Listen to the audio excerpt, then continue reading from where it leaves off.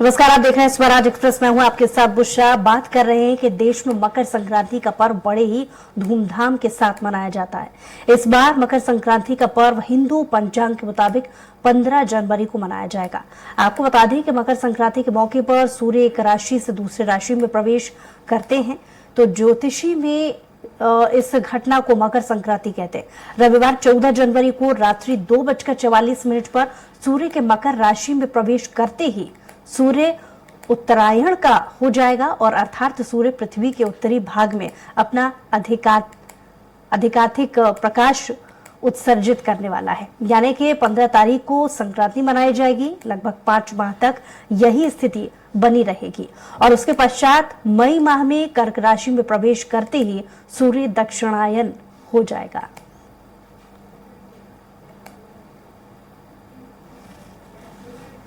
तो चलिए, इस विशेष मुद्दे पर चर्चा के लिए हमारे साथ बेहद खास मेहमान मौजूद हैं। डॉक्टर दत्तात्रेय होसकेरे जी, जो कि ज्योतिषाचार्य जी हैं, बहुत स्वागत है आपका। और साथ ही मनीष शर्मा जी हैं, पंडित जी उज्जैन से हमारे साथ जुड़े हैं, आपका भी बहुत स्वागत है।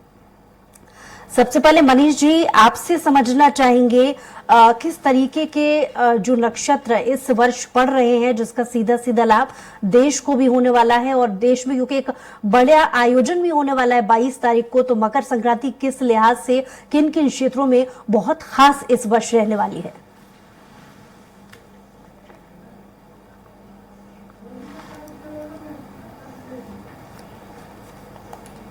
तो दत्तात्रेय जी भी हमारे साथ जुड़े हुए हैं। मुझे लगता है मनीष जी से हमारा संपर्क नहीं हो पा रहा है। दत्तात्रेय जी से यही मेरा सवाल है। दत्तात्रेय जी, आपको आवाज मिल रही है? बोलिए। दत्तात्रेय जी, इस बार मकर संक्रांति कितनी खास रहने वाली है? जी देखिए, सबसे महत्वपूर्ण बात यह है कि प्रत्येक संक्रांति की तरह ये भी एक बहुत महत्वपूर्ण संक्रांति है। सूर्य का मकर राशि में प्रवेश, जिसे मकर संक्रांति कहा जाता है।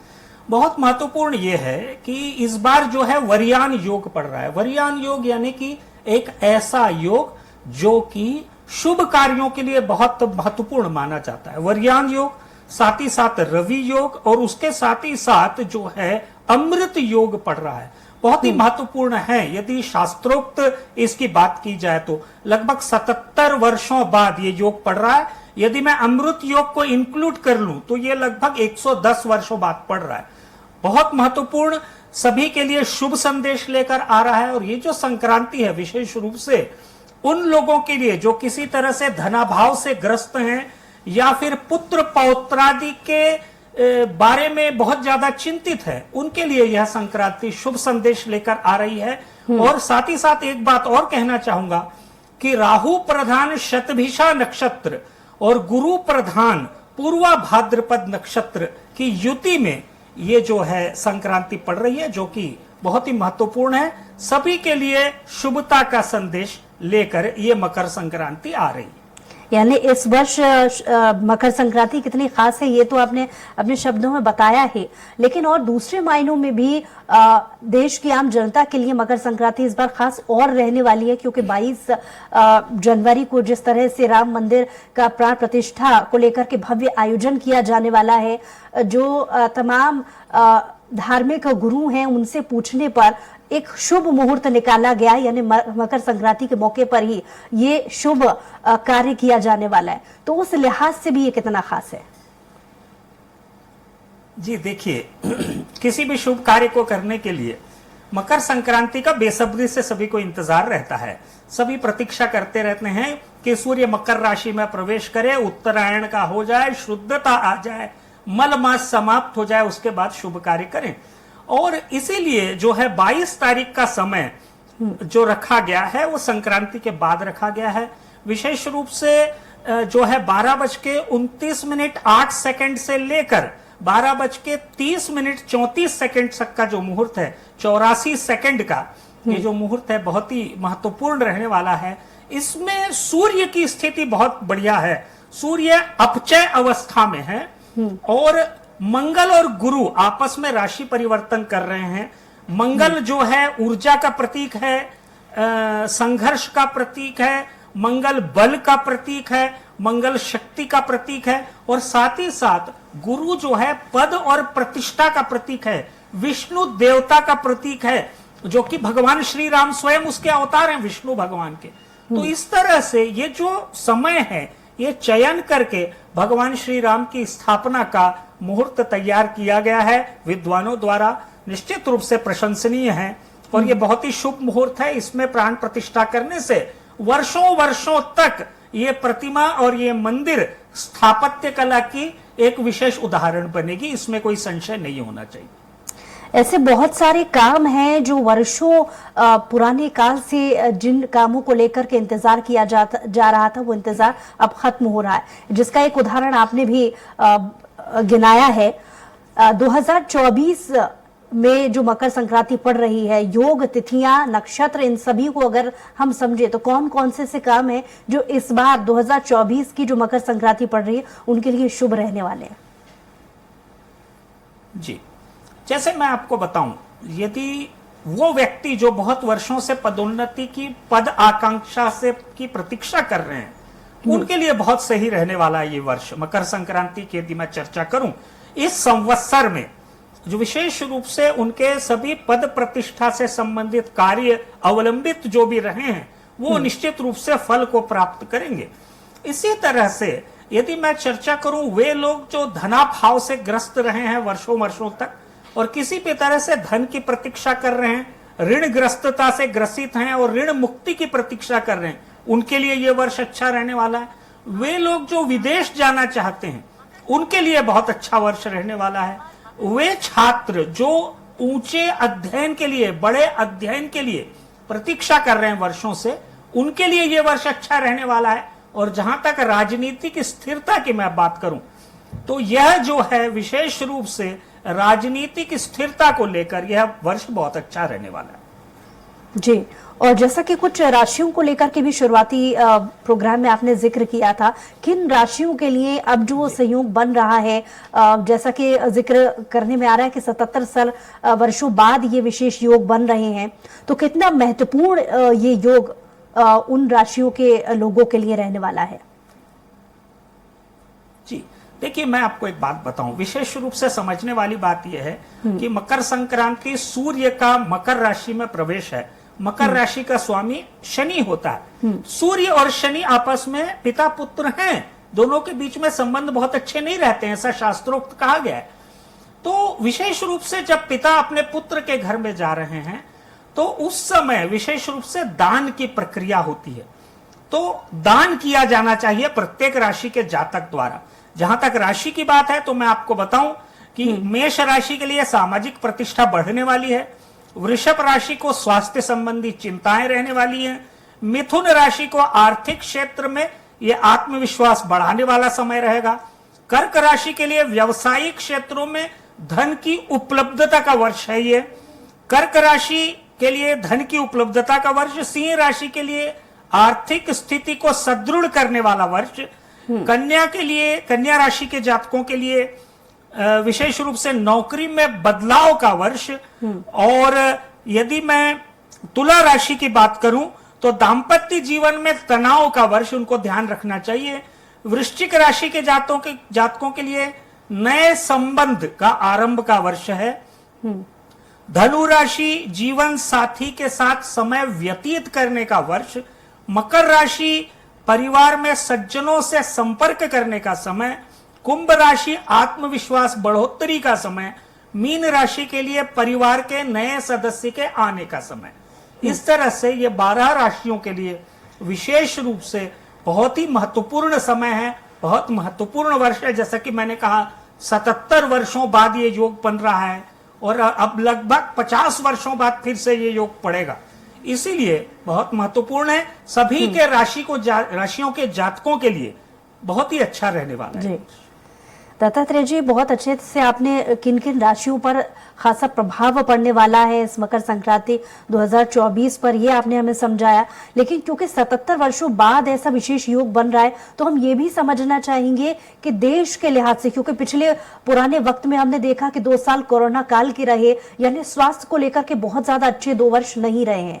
आने वाले समय में यानी 2024 के बाद से स्वास्थ्य के क्षेत्र में अगर हम बात करें या कल्चरल सेक्टर के लिहाज से बात करें और एग्रीकल्चर के हिसाब से बात करें तो देश के लिए किस किस सेक्टर में बहुत अच्छा रहने वाला है ये वर्ष?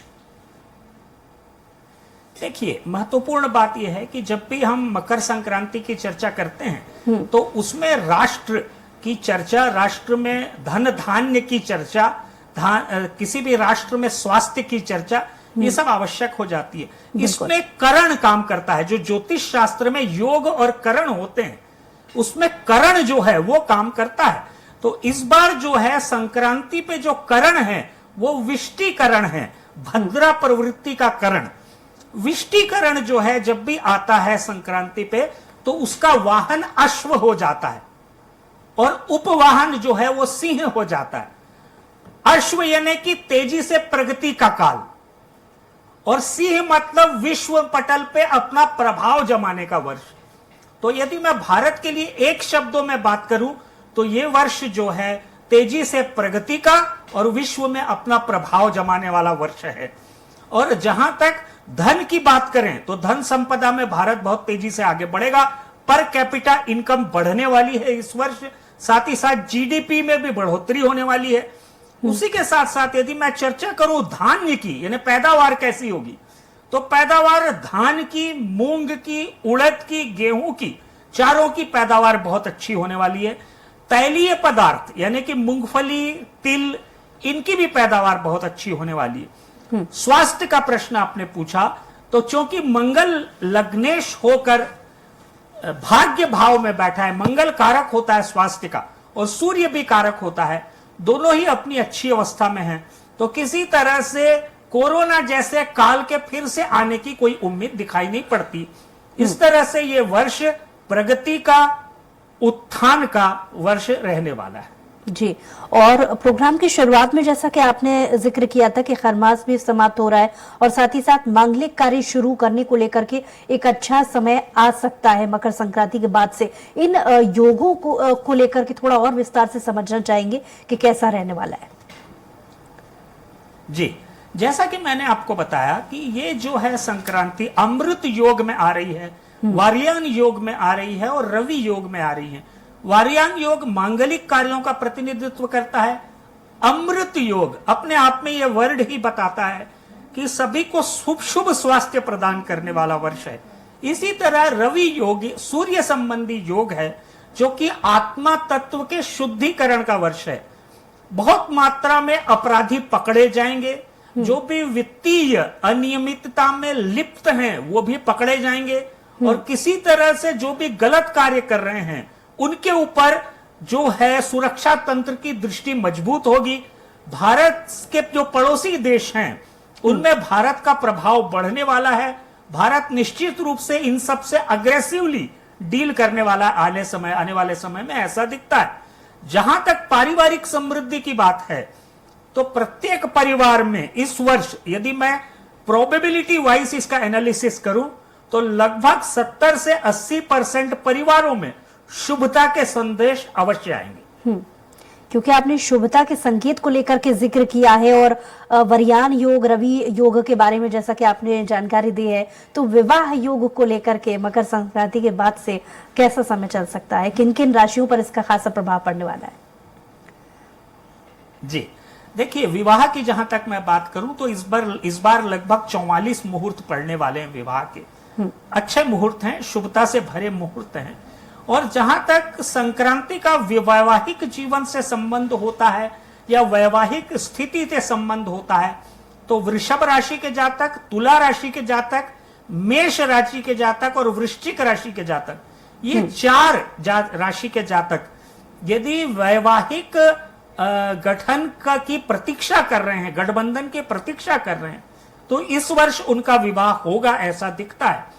साथ ही साथ एक और बात मैं छोटी सी कहना चाहूंगा, वो ये कि वे लोग जो किसी तरह से पारिवारिक या वैवाहिक सामंजस्य की अनियमितता से गुजर रहे हैं, जिनको दिक्कत हो रही है पारिवारिक सामंजस्य को लेकर या वैवाहिक सामंजस्य को लेकर, उनको निश्चित रूप से इस वर्ष समाधान मिलेगा और वो वैवाहिक जो एक गठबंधन है उसमें बंधे रहेंगे और किसी तरह से कोई अपवाद की स्थिति नहीं बनेगी। जी, साथ ही आपसे जानना चाहेंगे, जैसा कि आपने बताया कि बुध और मंगल भी एक ही राशि धनु में विराजमान रहने वाले हैं, और इन ग्रहों की युति को लेकर के बात की जाए तो राजनीति लेखन में कार्य कर रहे लोगों के लिए कैसा योग बन रहे हैं? देखिए, राजनीतिक, जैसे मैंने कहा कि भारतवर्ष में इस वर्ष जो है राजनीतिक स्थिरता का योग स्पष्ट रूप से परिलक्षित हो रहा है। राजनीतिक स्थिरता रहेगी। जहां तक राजनीतिक क्षेत्रों में काम करने वाले लोग हैं, उनको आत्मचिंतन की आवश्यकता है। विशेष रूप से भारत में चूंकि शिक्षा का स्तर बढ़ रहा है, लोग अब समझ रहे हैं चीजों को, इसीलिए ऐसे लोग जो राजनीति करना चाहते हैं उन्हें स्वच्छ राजनीति की ओर आगे बढ़ना पड़ेगा, आत्मचिंतन करना पड़ेगा, अपने आचरण और चरित्र को लेकर विचार करना पड़ेगा। ये सब यदि बातों को वो ध्यान रख के आगे बढ़ेंगे तो निश्चित रूप से राजनीतिक क्षेत्रों में काम करने वाले लोगों को लाभ मिलेगा। विशेष रूप से सिंह राशि के जातक, कर्क राशि के जातक, वृश्चिक राशि के जातक, मेष राशि के जातक और मीन राशि के जातक यदि राजनीतिक क्षेत्र में प्रगति करना चाहते हैं तो इस वर्ष उनको लाभ मिलेगा और वो प्रगति करेंगे, और यदि चुनाव लड़ रहे हैं तो अवश्य जीतेंगे। तो कुल मिलाकर जिस तरह से बहुत सारे लोगों के लिए, बहुत सारे राशि के जातकों के लिए ये बहुत अच्छा समय रहने वाला है। 77 वर्षों बाद एक विशेष योग बना है। लेकिन जैसा कि आपने तुला राशि और इसके अलावा भी कुछ राशियों का जिक्र किया जिनके लिए बहुत ज्यादा प्रभावशाली ये वक्त नहीं रहने वाला है, तो ऐसे लोगों के लिए कुछ उपाय अगर हों जिनसे बहुत ज्यादा अच्छे प्रभाव पड़ सकते हैं, ऐसा कुछ बताइए पंडित जी। जी देखिए, विशेष रूप से मकर संक्रांति दान का पर्व है, तो इसमें दान करना चाहिए।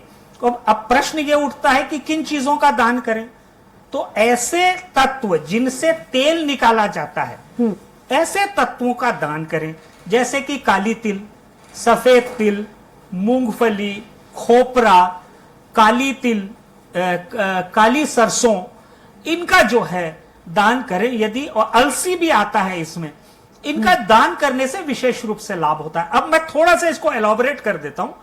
जैसे शनि संबंधी तकलीफ है तो काली तिल का दान करें, चंद्र संबंधी तकलीफ है तो सफेद तिल का दान करें। यदि आपको किसी भी तरह से केतु संबंधी तकलीफ है या सूर्य संबंधी तकलीफ है तो मूंगफली का दान करें। यदि आपको किसी भी तरह से मंगल संबंधी तकलीफ है या गुरु संबंधी तकलीफ है तो आप खोपरे का दान करें। और इसी तरह से यदि राहु संबंधी कोई तकलीफ है आपको तो आप अलसी का दान करें। यदि ये करेंगे तो निश्चित रूप से समय संबंधी मापदंडों में ग्रह दोषों का निवारण हो जाएगा। चलिए, बहुत शुक्रिया हमारे साथ जुड़ने के लिए दत्तात्रेय जी और तमाम बातचीत के लिए।